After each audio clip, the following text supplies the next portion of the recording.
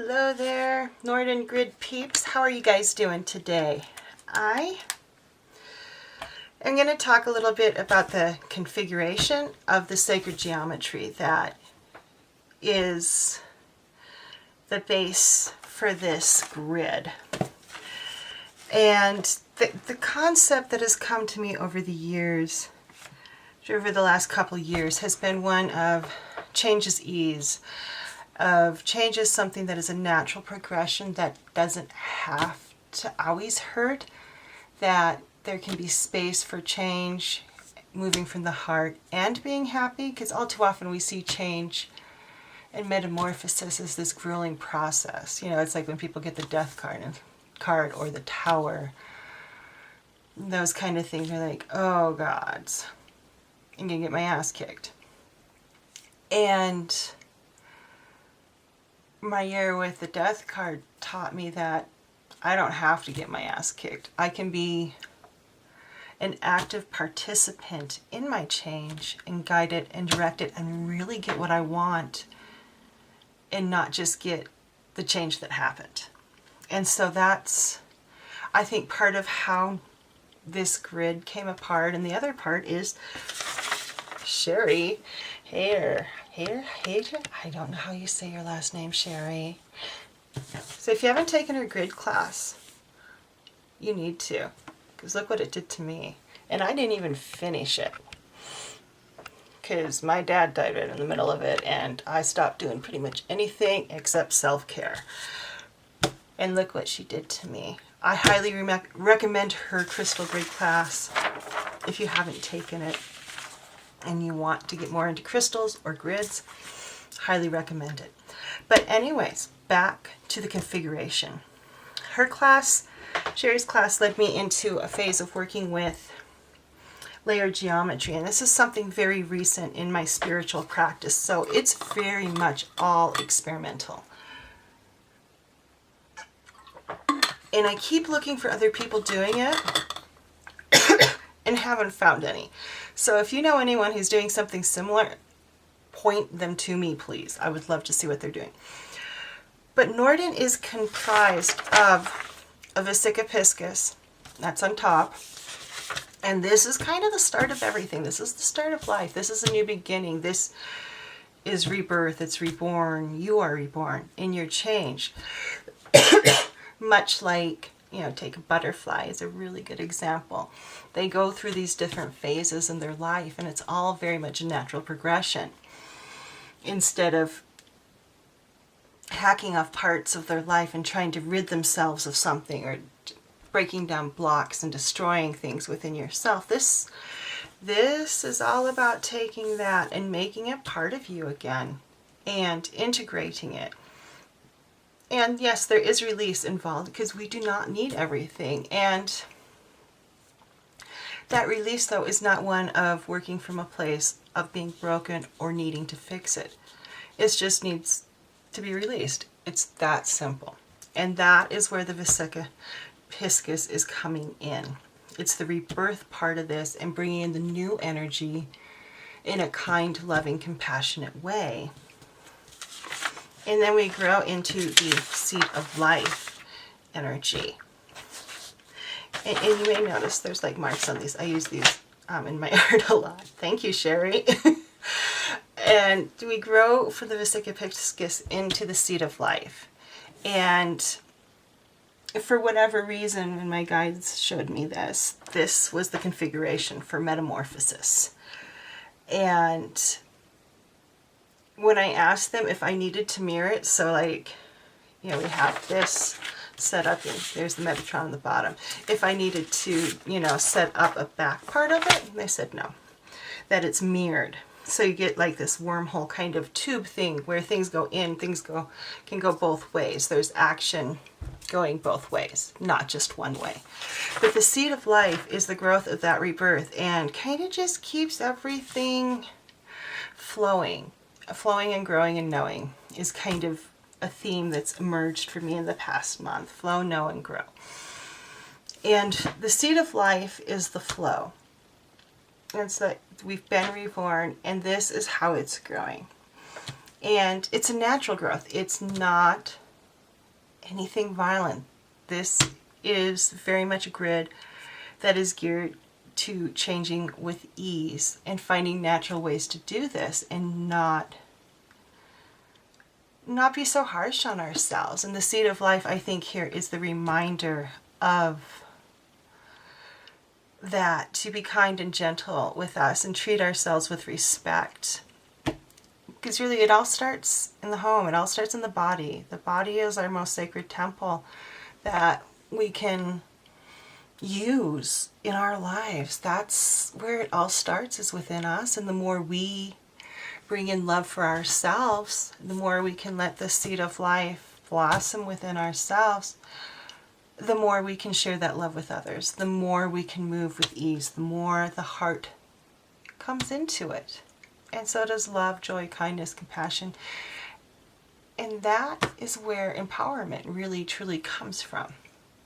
That is true power, the ability to know yourself and to move from a good place no matter what's happening. So, Viscus Piscus, seed of life, and then we go to a Metatron creep. This one's cut out. But what Metatron's doing here is it's kind of focuses. He's a focuser, and he's also here as a protector. The Metatron cube is.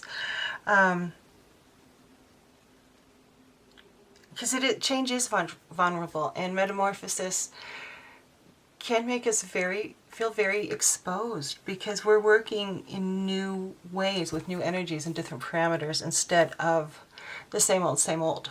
And the Metatron feels like it's taking care of that support aspect of making us feel safe, so we can let those blocks, or those protectors as I like to call them, start to dissolve. And how I came across it's blocks as protectors for me really started when I realized that no, these blocks have served a purpose, what I was calling blocks. They may no longer work well for me, but they did start with a purpose. And the more I honored that purpose and started thinking of them as a protector, and I honored them instead of trying to excise them from my soul and my being and get rid of them, break them down, destroy them, the more I just kind of let up on that, the more they just went away. The more I was able to change. The more safe my protectors felt, the more they were able to ease up. And one of the most potent things I found for easing up with the protectors was self-talk. And creating a language that was based in love for myself. Instead of kicking my own ass, I praised it. I'm like, I'm awesome. I'm doing good. Blah, blah, whatever it is I did. I acknowledged that it was a triumph. And when I started hearing the negative self-talk, I changed that to one of positive self-talk. And boy, let me tell you, that was a game changer. Because I think we'll often say things to ourselves and mean them. And we would never say those things to someone we cared about. Never. We are sometimes cruelest to ourselves. And that is something that's not okay. You shouldn't be mean to yourself. You should not be cruel to yourself. You should not verbally abuse yourself. And Norden is encouraging a language of love within self, and that's part of this Metamorphosis grid. And what it's helping bring you is a new lexicon to use with yourself, whether it's energetic words, how you live your life, how you move, where do you move from in your life? Is it your heart? Is it fear? How can you move from love as opposed to anger, or whatever emotions you're feeling, switching them into a more positive way. And part of this grid too is it allows room for the negative to be there. It allows room for shadow to exist within the light of ourselves. And that even within love, there are still times where love is sad, that love can hurt, it can be angry, and allows us to move through all the emotions we need to move through in our lives and not deny them. And it can be a very powerful creature when we start moving from those notions as opposed to others. So from what I'm hearing from a lot of people, Norden is really resonating, and that is so cool. Because this is the first time I've done this, ever. Not even for myself have I used this configuration. So it's very cool to see Norden itself actually evolving, because he hangs out in my room with me. So I see him all the time, and see how he's evolving and how you all are evolving with Norden. It's very, very cool. So if you are interested in the configuration for Metamorphosis, it's a Metatron on the bottom, Seed of Life in the middle, and then a I always want to say Viscus Piscus because it flows better. Viseca Piscus on top. And it's geared to Metamorphosis, creating ease and dissolving things, integrating, and making change a lot more fun than getting your butt kicked. But if anyone has questions or anything, please feel free to reach out.